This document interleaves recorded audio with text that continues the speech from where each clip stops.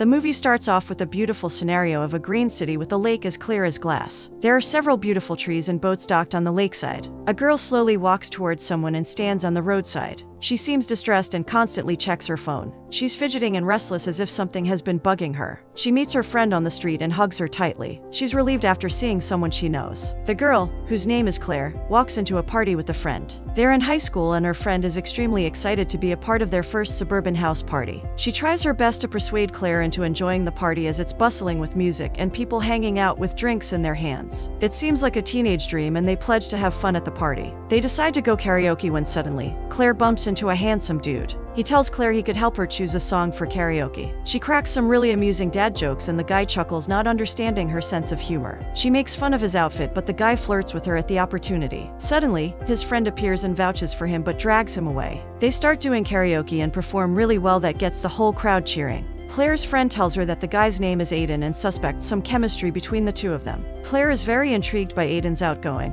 fun-loving and cheerful personality who gets the whole crowd going. We find out it's Halloween and the two of them go to a candy store. Aiden makes fun of her costume, which was jeans with a lion t-shirt. Claire tells Aiden that she recently moved back to the town. She constantly changes schools and moves to different states for various changes. Claire doesn't really like being social as she knows she'll have to move again and making too many memories would hurt her. She'd rather focus on good grades and getting into a good school, to which Aiden calls her a nerd. Aiden and Claire walk through a park just munching on candy and talking about themselves. Claire tells Aiden he would surely become a great musician, but Aiden tells her that he'd be trying for med school as both his parents are doctors and expect him to do the same. Aiden's dream, though, is to go to a music school just like Claire predicted.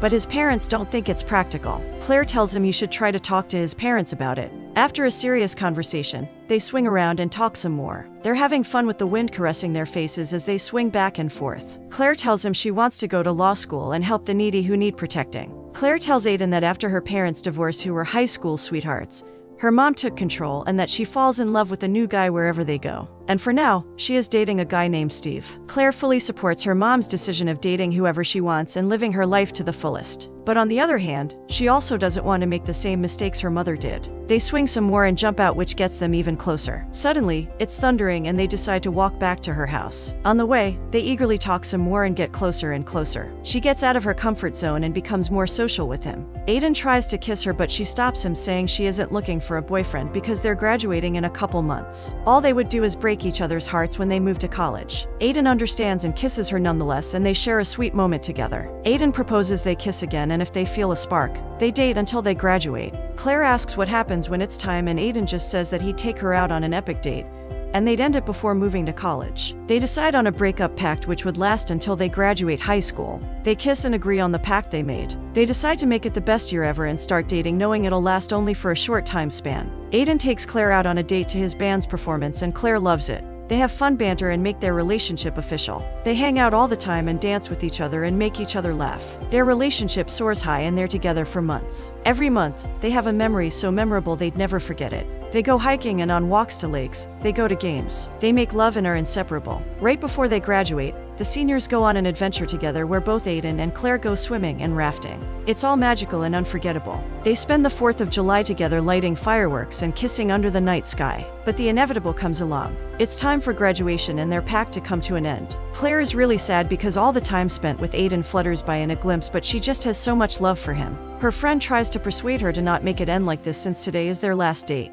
The epic date that Aiden promised 10 months ago. Claire's friend tells her that time has run out for both of their love lives, which makes Claire sad, even though she thinks it's for the best. Claire is adamant on not ending up like the way her parents did. Her friend has this huge crush on a girl but is too scared to ask her out. Aiden is on his way to take her out on their last date whilst Claire packs to go to college. She reminisces about all the time she spent with Aiden but prepares herself for what's next. She wants to make it a great goodbye. Aiden finally arrives and hands her a bouquet of flowers. They prepare for their last date with each other. Claire's mom and her boyfriend wish Aiden all the best for the future. Aiden's parents follow suit and his sister calls them idiots for breaking up because they seem like the perfect pair. Aiden and Claire have a family dinner as a farewell. Aiden and Claire excuse themselves to spend some time alone for their last date. Aiden tells her that he loves her and she claims she feels the same. They go to Aiden's former band performance where the band sings a song for their breakup specifically. It's their song and the first song Aiden ever sang to her. Claire goes back to think about that moment when he took her out for their first date. They dance together just like old times, but deep down Claire is really sad about their oncoming breakup.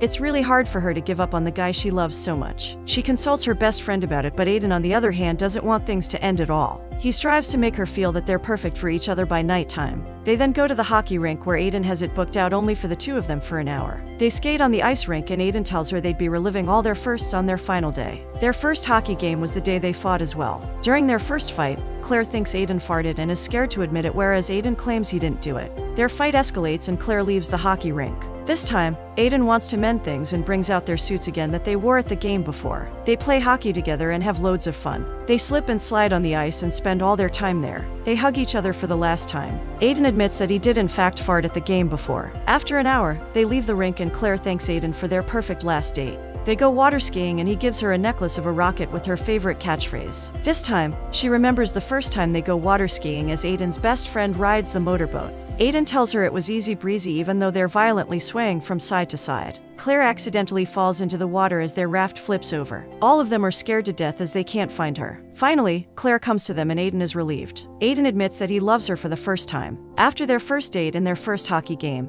they relive their first I love you. Aiden tries to reconcile but Claire turns his idea down. They're starving so they go out to eat. They go to the same place they went for their first Valentine's Day. Aiden has his favorite Polaroid set up on the table. It gets harder and harder for Claire to let go of Aiden after remembering all these memories. She asks her best friend for help. She looks at all the Polaroids and realizes they look so happy in those pictures. One part of her that she needs to leave now or it's going to get even more difficult. Another part of her tells that she doesn't have to let go, that she can get through it, and Aiden very well could have been the best thing that has ever happened to her. Her mind clashes and her internal conflict gets stronger, as a part of her thinks she's too young for true love, whereas the other part thinks she shouldn't lose Aiden. Just then, Stella comes to her rescue, but right then, Aiden comes as well wearing a tuxedo. He plans to take her to prom, but seeing Stella, Claire's best friend, there's an energy shift as Aiden feels Claire doesn't want to continue this any longer. Aiden's best friend who was helping him plan everything comes along as well. The four of them sit around and start eating. Claire expresses her love for all of them. She bids goodbye to all of them.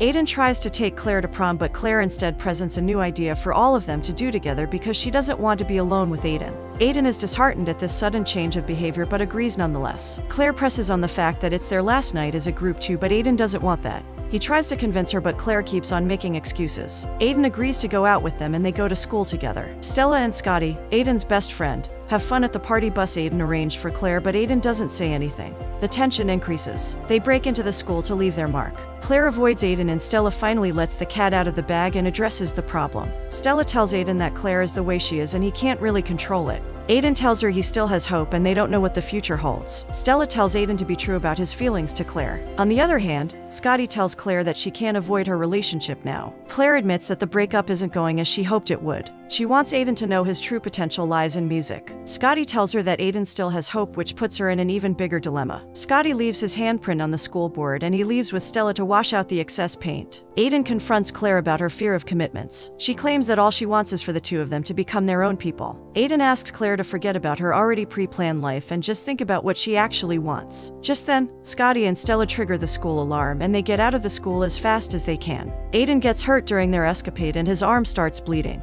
They go to the hospital where he gets stitches. At the moment, Aiden grabs Claire's hand for support and Claire goes back to all the time they've been each other's support. She reminisces about how they read books together and had fun. Aiden's mom, who's a doctor, comes in to check in on him. Claire plans to leave for Dartmouth the very next day. Stella and Scotty sit at the waiting room for Aiden when Scotty admits that he actually had a huge crush on Stella before. He tells her to be bold as she's meeting new people. Claire bids goodbye to Aiden's mom as well, but then she admits that Aiden didn't get into Berkeley for music.